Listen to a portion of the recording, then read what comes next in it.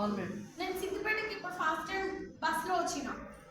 నాకు తెలీదు, అంటే 2-3 సార్లు వచ్చినాం, కార్లో వచ్చినాం, చాలా సార్లు వచ్చినాం, నాకు అడ్రస్ తెలీదు. మరి నేను ఎవరినైనా అడిగి వచ్చినా కదా, అక్కడ దిగిన, ఆ కాలేజ్ పేరు అడిగిన, స్కూల్ పేరు చెప్పిండ్రు, వచ్చిన. నేను 2 o'clock వచ్చిన. మీటింగ్ పోస్ట్ ఎన్నింటికి ఉంది? ఎవరు నేను వచ్చేసరికి ఖాళీ, 5 మంది లేరు. నేను చూశాను. అంటే మనం దేని మీద డిపెండ్ అయ్యాము? అంటే మనం చేసే వృత్తిలో కావచ్చు, లేకపోతే ఇన్ని రోజులు చేసిన షాప్లో కావచ్చు, సక్సెస్ అనేది లేదు. అవునా కదా? ఆ సక్సెస్ అనేది ఉండుంటే మనం చేసే డ్యూటీలో మనం ఇంతమంది ఇక్కడ రాము కదా. మరి ఇప్పుడు ఒక మంచి అవకాశం వచ్చింది, మార్చుకున్నాను, నేను ఇక్కడ ఉన్నాను. మరి నాతో పాటు మారడానికి రెడీగా ఎవరున్నారు? అందరు ఉన్నారు. నేను నెక్స్ట్ మీటింగ్కి అందరినీ కలుస్తాం. మళ్ళీ ఇక్కడ మధ్యలో ఉండేవాళ్ళు ఎవరో, పోయేవాళ్ళు ఎవరో చూద్దాం. జస్ట్ ఏం లేదండి, మన లైఫ్ మారాలి అంటే మనం ఈ అవకాశాన్ని తీసుకోవాలి.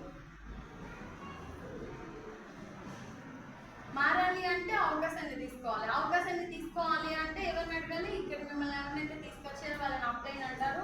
అప్లైన్ చెప్పింది వినాలి. ఈరోజే ఫస్ట్ టైం కొత్తగా ఎవరు వచ్చారు? ఫస్ట్ టైం కొత్తగా వచ్చారు. ఓకే,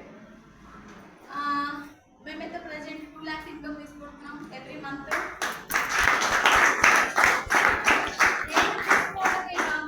అంటే మేము జాబ్ చేసినప్పుడు మేము ఒక్కరిమే ఇన్కమ్ తీసుకునేవాళ్ళం, కానీ నా టీంలో ఇప్పుడు ఎంతో మంది ఇన్కమ్ తీసుకుంటున్నారు. కొంతమంది పేర్లు కూడా నాకు తెలియదు. బాగుంటుందా లేదా? నేను కార్ తీసుకున్నాను, నా టీంలో ఇప్పటి వరకు 18 కార్స్ వచ్చింది.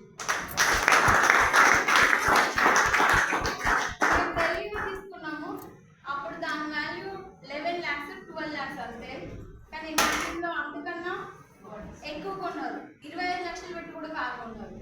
బాగుంటుందా లేదా? అంటే మనం తీసుకున్న దానికన్నా మన డౌన్లైన్స్కి ఎక్కువ ఇప్పించవచ్చు కూడా. నేను 2 lakhs తీసుకోవడమే కాదు, 1.5 lakh, 1 lakh, 80,000, 50,000, 60,000, 10,000, 20,000 తీసుకునే వాళ్ళు నెంబర్ ఆఫ్ ఆర్గనైజేషన్. అంటే వీళ్ళందరూ ఏం చేస్తారంటే జస్ట్ ఎక్కడో కొనుక్కునే వస్తువు ఇక్కడ వెస్టేజ్కి వచ్చి కొనుక్కున్నారు,